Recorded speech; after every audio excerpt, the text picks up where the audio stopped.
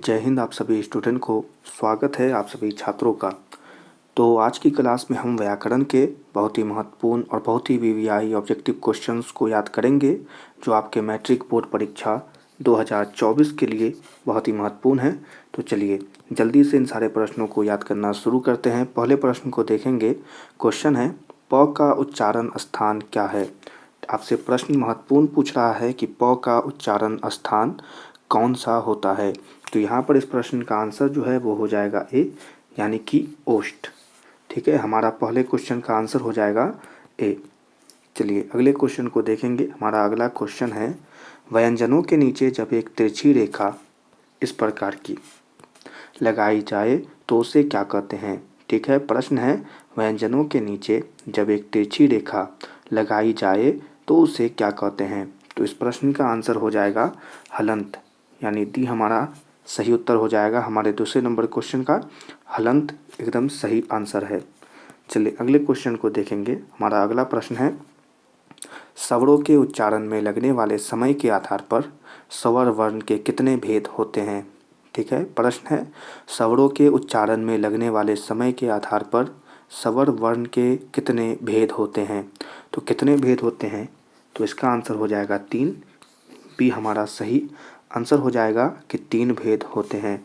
ठीक है, चलिए अगले क्वेश्चन को देखेंगे। चौथा नंबर क्वेश्चन है, चौ का उच्चारण स्थान क्या है। ठीक है, चौ का उच्चारण स्थान क्या है, जल्दी से बताएंगे इस प्रश्न का आंसर। तो इस प्रश्न का आंसर हो जाएगा तालु। ठीक है, यानी कि सी हमारा आंसर हो जाएगा कि चौ का उच्चारण स्थान तालु है।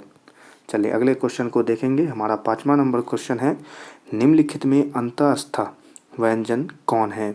निम्नलिखित में अंतःस्थ व्यंजन कौन है। तो यहाँ पर इस प्रश्न का आंसर हो जाएगा ल, यानी डी हमारा आंसर हो जाएगा एकदम सही।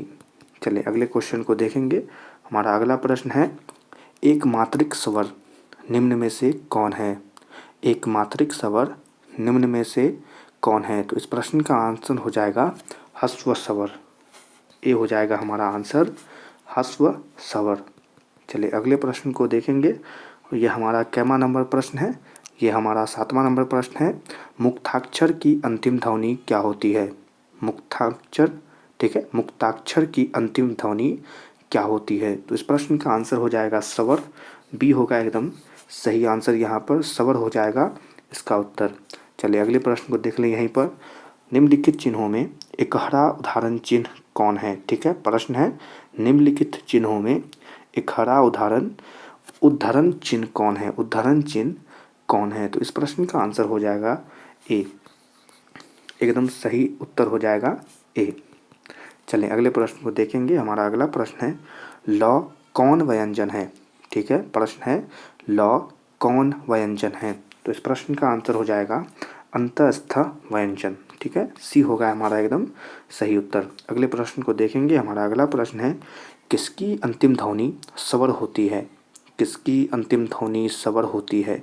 तो यहाँ पर इस प्रश्न का आंसर हो जाएगा मुक्ताक्षर की। डी होगा हमारा आंसर मुक्ताक्षर। चलें अगले प्रश्न को देखेंगे।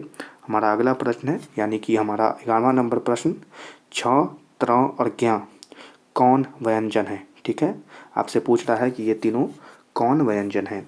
तो इस प्रश्न का आंसर हो जाएगा संयुक्त व्यंजन। सी होगा एकदम सही आंसर, संयुक्त व्यंजन। चलिए अगले प्रश्न को देखेंगे। हमारा अगला प्रश्न है, वर्णों के उच्चारण समूह को क्या कहते हैं।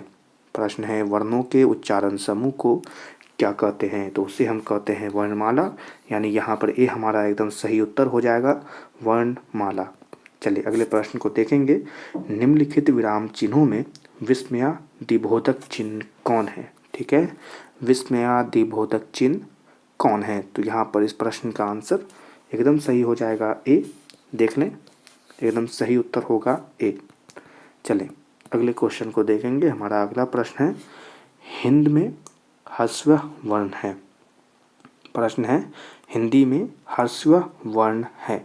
तो यहाँ पर इस प्रश्न का आंसर हो जाएगा 4, यानी बी हमारा एकदम सही उत्तर हो जाएगा। यहीं पर अगले प्रश्न को देख लें। अ का उच्चारण स्थान क्या है। अ का उच्चारण स्थान क्या है। तो अ का उच्चारण स्थान कंठ है। आप इसे बोल के भी देख सकते हैं, आपको एकदम शुद्ध प्रतिशत आपको आंसर मिल जाएगा। चलिए अगले प्रश्न को देखेंगे। हमारा अगला प्रश्न है र तथा श्रीसी का उच्चारण स्थान है। ठीक है, र तथा श्री का उच्चारण स्थान कौन होता है? तो यहाँ पर इस प्रश्न का आंसर हो जाएगा मुद्रा। ये होगा एकदम सही आंसर यहाँ पर। चलें इसी के साथ अगले प्रश्न को देखते हैं। हमारा अगला प्रश्न है निम्नलिखित में घोष वर्ण कौन सा है? ठीक है, प्रश्न है निम्नलिखित में घोष वर्ण कौन सा है? तो वो है ह, यानी बी हमारा एकदम सही आंसर हो जाएगा यहाँ पर। चलिए इसी के साथ अगले प्रश्न को देखें। निम्नलिखित में किसका उच्चारण कंठ से होता है? ठीक है, निम्नलिखित में से किसका उच्चारण कंठ से होता है? तो होता है ख। आप इसे बोल के भी सुन सकते हैं, आपको 100% आपको आंसर मिल जाएगा। चलिए इसी के साथ अगले प्रश्न को देखेंगे। हिंदी में अंतस्थ वर्ण की संख्या कितनी है? तो इस प्रश्न का आंसर हो जाएगा कि 4 है। सी होगा एकदम सही आंसर यहाँ पर। इसी के साथ अगले प्रश्न को देखें। य को किस वर्ण के अंतर्गत रखा जाता है? प्रश्न है य को किस वर्ण के अंतर्गत रखा जाता है? तो इस प्रश्न का आंसर हो जाएगा अंतःस्थ व्यंजन। सी होगा हमारा एकदम सही उत्तर। चले इसी के साथ अगले प्रश्न को देखेंगे। निम्नलिखित में अघोष वर्ण कौन सा है? निम्नलिखित में अघोष वर्ण कौन सा है? तो वह है च। यहाँ पर हमारा ए होगा एकदम सही उत्तर। चलिए अगले प्रश्न को देखेंगे। श का उच्चारण स्थान क्या है? तो श का उच्चारण स्थान जो है वो है तालु, यानी बी हमारा एकदम सही आंसर होगा। आप एक बार बोल के भी देख ले, आपको आंसर मिल जाएगा। ई का उच्चारण स्थान कौन है? ठीक है, ई का उच्चारण स्थान कौन है? तो वो है तालु, यानी बी हमारा एकदम सही आंसर हो जाएगा। चलिए अगले प्रश्न को देखेंगे। ल का उच्चारण स्थान बताएं। जल्दी से ल का उच्चारण स्थान बताएं। तो वो होगा दंत। ये होगा हमारा आंसर। चलिए इसी के साथ अगले प्रश्न को देखेंगे। व्यंजनों के अंत में हलंत लगने पर उसका मान होता है। तो उसका मान हो जाता है आधा, यानी ये हमारा एकदम सही आंसर हो जाएगा। चलिए इसी के साथ अगले प्रश्न को देखेंगे। द का उच्चारण स्थान है। तो द का उच्चारण स्थान है दंत, और ये हमारा 27वां नंबर ऑब्जेक्टिव क्वेश्चन है। इसी के साथ अगले 28वां नंबर क्वेश्चन को देखेंगे। आ ई उ वर्ण है। ठीक है, ये तीनों आ ई उ वर्ण है, तो दीर्घ स्वर बी होगा हमारा आंसर, दीर्घ स्वर। चलें इसी के साथ अगले प्रश्न को देखेंगे। भ का उच्चारण स्थान क्या है? तो भ का उच्चारण स्थान है ओष्ठ, यानी ये हमारा एकदम सही आंसर हो जाएगा। चलें इसी के साथ अगले प्रश्न को देखें। र का उच्चारण स्थान क्या है? जल्दी से बताएंगे। र का उच्चारण स्थान है कंठ, यानी ये हमारा एकदम सही आंसर हो जाएगा। जल्दी से अगले प्रश्न को भी देख लें। न का उच्चारण स्थान क्या है? तो न का उच्चारण स्थान है मुद्रा। बी होगा हमारा एकदम सही आंसर। इसी के साथ हमने 30 ऑब्जेक्टिव क्वेश्चन को कंप्लीट किया। चलिए 31वां नंबर ऑब्जेक्टिव क्वेश्चन देखते हैं। व्यंजन के कितने प्रकार हैं? तो व्यंजन के 3 प्रकार हैं, याद रखेंगे। सी हो जाएगा हमारा आंसर। अगले प्रश्न को देखेंगे। ग का उच्चारण स्थान क्या है? तो ग का उच्चारण स्थान है कंठ, याद रखेंगे। सी होगा हमारा आंसर। अगले प्रश्न को देखेंगे। त का उच्चारण स्थान क्या है? तो त का उच्चारण स्थान है दंत, याद रखिएगा। बी होगा हमारा आंसर। चलिए अगले प्रश्न को देखेंगे। छ का उच्चारण स्थान क्या है? तो छ का उच्चारण स्थान है तालु, याद रखिएगा। बी होगा हमारा आंसर। अगले प्रश्न को देखेंगे। ध का उच्चारण स्थान क्या है? तो ध का उच्चारण स्थान है दंत, यानी सी हो जाएगा हमारा सही आंसर। चलें अगले प्रश्न को देखेंगे। हमारा अगला प्रश्न है, जल्दी से प्रश्न पढ़ेंगे।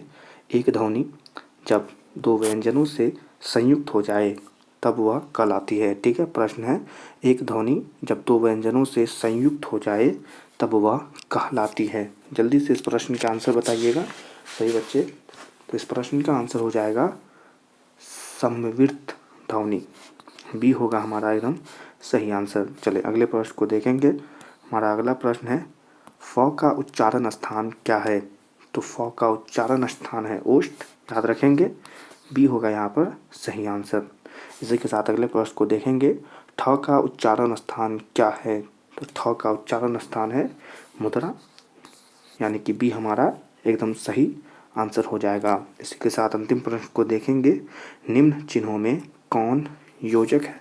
और यह बहुत ही महत्वपूर्ण और बहुत ही आसान प्रश्न सी होगा एकदम सही आंसर। तो आप सभी छात्र इन सारे प्रश्नों को याद कर लीजिएगा।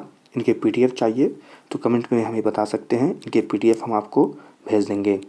और सभी छात्रों से कहना चाहते हैं कि आपकी बोर्ड परीक्षा बहुत नज़दीक आ गई है, तो आप मन लगाकर अपनी बोर्ड की तैयारी करते रहें और ऑब्जेक्टिव के साथ साथ सब्जेक्टिव क्वेश्चन पर भी ध्यान दें, पर ऑब्जेक्टिव पर ज़्यादा ध्यान दें क्योंकि ऑब्जेक्टिव से आपके ज़्यादा नंबर प्राप्त होते हैं।